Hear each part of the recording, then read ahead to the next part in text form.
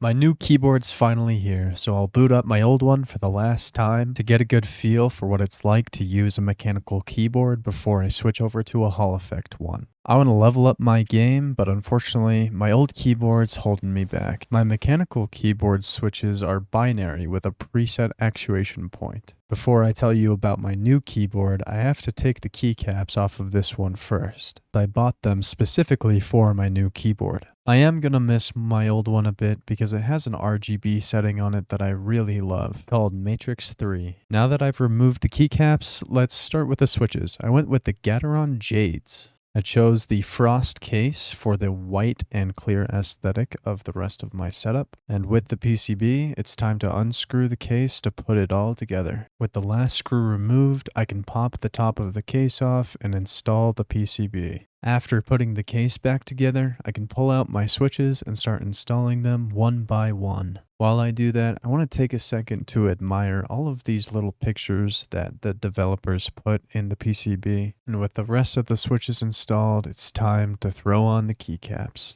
I chose these Sakura PBT keycaps that have kana on them so I can learn to write in Japanese. And with it all put together, I can plug it in to see it in all of its glory. To change the RGB, we need to download the software. There is a web version too, which I think is pretty cool, but I prefer the local software. After a quick update, we can get to changing the RGB. For now, I'm going with a pink and cyan color scheme as they match my main wallpaper and aesthetic. And I know it looks good because my fish can't stop staring at it. So why is the Wooting 80HE better? Well, that question is actually a little bit more complicated because there are so many different settings that you can do with a Hall effect keyboard.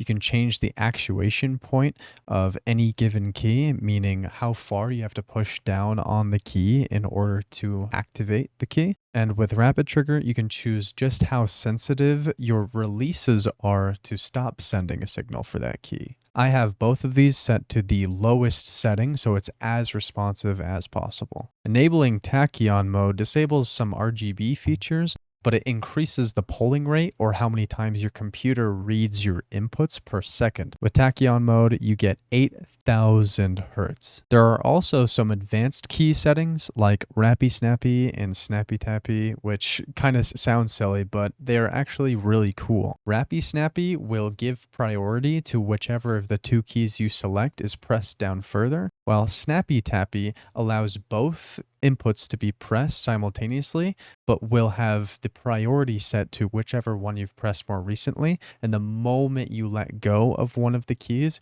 it will default back to the other key you're pressing. After hopping into the range and testing out the movement, the best way I can describe it is it's just unlocking what felt like a dead zone before. Usually you had to completely reset each key to the actuation point before you could reactivate it again, but I can let go and press the same key anywhere in the keystroke to move or stop moving as desired. It truly feels like I have more control, even if it's just a small amount. This is the SOCD function I was talking about. I'm just holding down my D key and pressing my A key every now and again, and when I let go of my A key, it defaults to my D key, and when I press my A key, it defaults to my A key. And you can do some really nasty jiggles, which they've actually banned in CS2.